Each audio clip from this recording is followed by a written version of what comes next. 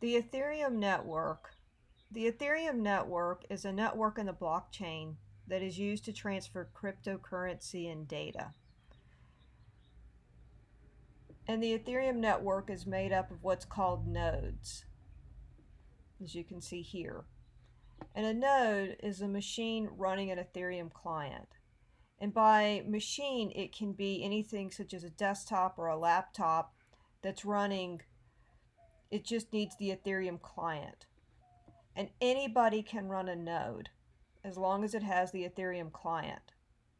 And Ethereum has many different networks to it. It's got test networks. You can create private networks on it.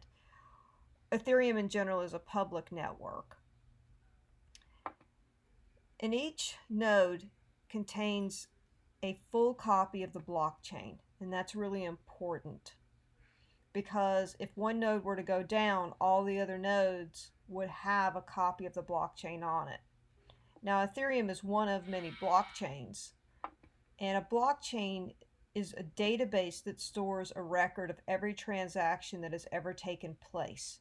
So now you can start to see the power of this as one node goes down and you've got a record of everything on all the other nodes.